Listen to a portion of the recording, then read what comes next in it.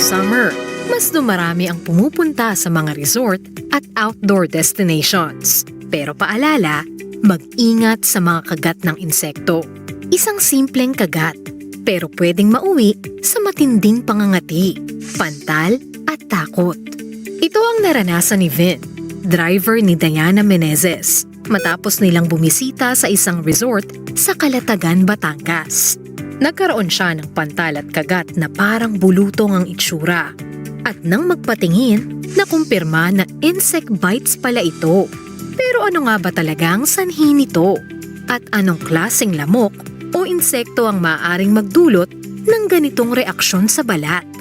Yan ang ating aalamin kasama ang bisitang eksperto sa Hello Doc. Nakita niyo yan mga kada. At ngayon, makakasama natin ang dermatologist na si Dr. Ana Rosel Reyes Ramos. Good morning and welcome back to the show. Good morning, Miss Diana. Good morning, mga kada. Thank you for having me. Thank you for your time, Doc. Ito, no, napanood natin yung video kanina, yung nangyari doon kay Alvin, yung aking driver. Parang ano kasi siya like he's a part of my family talaga. We've been together for 16 years na. So, when we have work sa labas na hindi kada umaga, pag mag-share kami ng room, okay lang kasi kasama din yung asawa niya, who's my assistant. So may kanyang bed, 'di ba? Yung bed niya na lang, yung side ng bed niya, that was our parang kumbaga diagnosis kung bakit nangyari. Parang ganon kasi pagkatapos ng biyahe na 'yan, pagbalik namin ng Manila, biglang may mga ganyan si Alvin, yung nakita natin sa video. So akala namin food poison or may allergy, di ba? Kasi some people have allergy and then chicken allergy or whatever, shrimp allergy. Asawa niya kasi may ganon. So akala namin yun. Nung nagpa-check kami, kasi kinukulit ko siya, sabi ko, Ving, hindi pwede yung kahit ano ilalagay natin. Kailangan pumunta sa eksperto para sure tayo kung ano ilalagay. Kasi sa una, alam mo yung anti-allergen na yung mga typical na over-the-counter meds, yan lang tinitake, hindi gumaling. Sabi ko, parang hindi yan yung iniisip natin. Hindi siya allergy.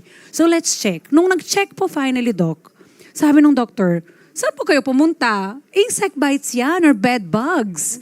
So nagulat kami kasi sabi niya, pag yung akala namin bulutong, hindi pala because may tubig. Parang pus, correct? So ano po yung nangyayari dito, Doc? Ano po ang karaniwang uri ng insect bites na madalas makikita ngayon summer at bakit ito nangyayari kay Ving?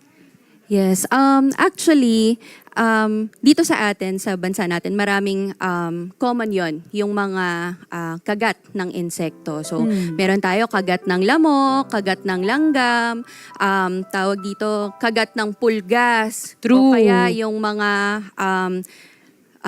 kagaw, tungaw, o kaya kagat ng bubuyog, meron True. din yan dito sa atin. So, marami kasing insekto, 'di ba? Dahil marami tayong tropical areas din. Yes, true.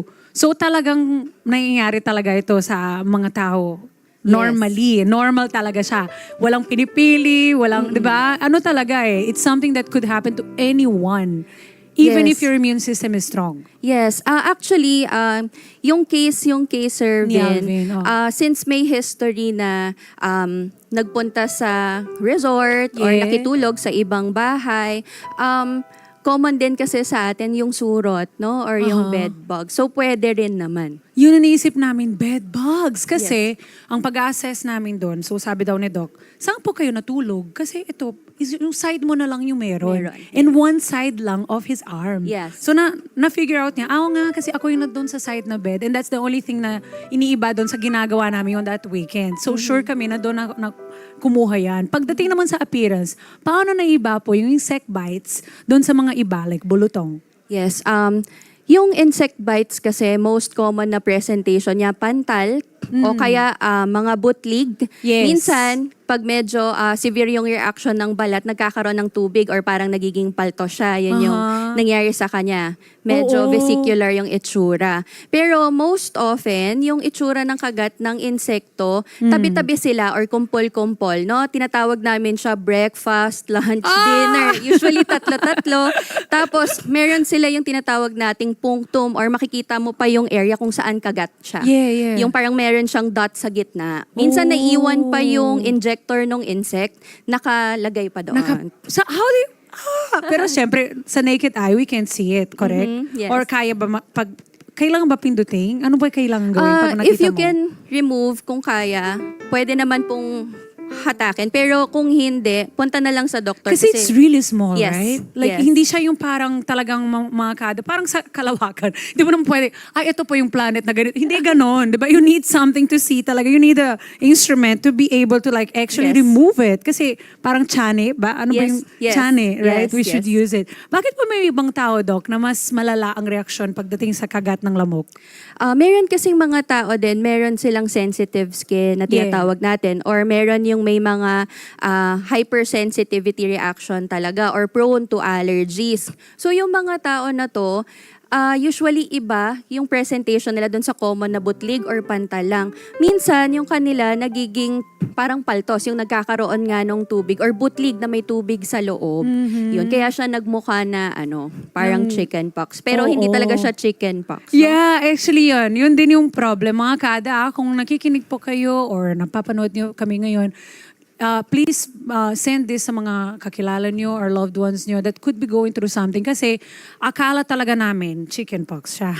At akala din namin na iba-iba yung mga, basta kung kayo po mismo magta-try mag-self-diagnosis, it doesn't work. Kasi hanggat na feeling natin, allergy lang to or ito yung nangyari sa atin, iba po yung gagawin mo para i-heal. Yes. So the moment na nakita namin ng doktor, that's it. Na nagtitake lang siya ng meds, suppose after 1 week, wala Wala na. back to normal. Pero delikado to, Doc, 'di ba? Kasi pag medyo may edad na tayo or hindi na tayo mga bata na minsan prone sa ganyan, 'di ba? Iba na rin yung peklat. Yes.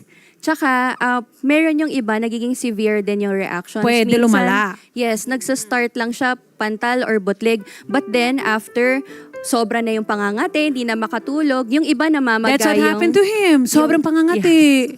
Yung iba namamaga yung eyes, namamaga yung bibig. And pag nakaranas kayo ng ganitong symptoms, hindi lang kasi minsan yung bibig yung namamaga or yung eyes, pati yung daanan natin ng hininga. So pag nangyari, Oh. nahirapan kayong huminga or parang kinakabog yung dibdib, so baka severe hypersensitivity reaction na siya pumunta po agad sa doktor. Nako, that's delikado nga. Yes. Kasi we don't know mga kada. Siyempre tayo, kasi makikita lang natin yung nasa labas natin. Pero meron din yung reaction sa organs natin, sa loob, internal organs. So, you really have to consult a doctor. Ito, Doc, paano malalaman kung allergic reaction ng isang kagat? Kasi, ano ba yung signs nun? Usually, allergic reaction, makate. Sobrang Para kate. siyang kate na tinubuan ng rash. No? So, makate, tapos minsan, syempre yung area kung saan kinagat, mapula, makirot, Yes. minsan namamaga pag medyo severe yung reaction. Tapos, pag allergy, ano yung kaibahan doon? Wala siya yung pus or yung tubig na sa loob? Pag allergy, yung reaction natin sa insect bites, a form of allergy siya. Hypersensitivity so considered din. allergy. Yes. Parang allergic reaction to the bite. To the bite. Yes. Ang iba dapat na importante na ma-exclude mo is yung chickenpox because chickenpox is infectious viral siya, no? Tapos iba yung gamot doon. Yes, Iba- totoo. Yes. Iba kasi mga kada, pag mali yung assessment nyo dyan, na hindi naman kayo eksperto, Yes. iba po yung mangyayari sa'yo. Kaya kailangan talaga mag-consult. Doc, may I think I would say this like as a stupid question lang. Kasi ako lang talaga gusto mag-itanong nito. Yes. Kasi kung makita mo doon sa video kanina, ang dami-daming bilog, di ba? Na may parang tubig sa loob. So ibig sabihin, one insect bite lang yun? Or marami ba yun? Or na-allergy lang talaga siya kaya naging marami? All of the above. All of them! So, pwedeng konti lang sila, pwedeng isang insect lang to, pero dahil may pattern nga sila ng Oh. pagbite, it's breakfast, lunch, dinner, and whole night. Diba? Natulog doon. Buffet! Breakfast, lunch, dinner, breakfast, lunch. Open Pwede rin buffet. madami.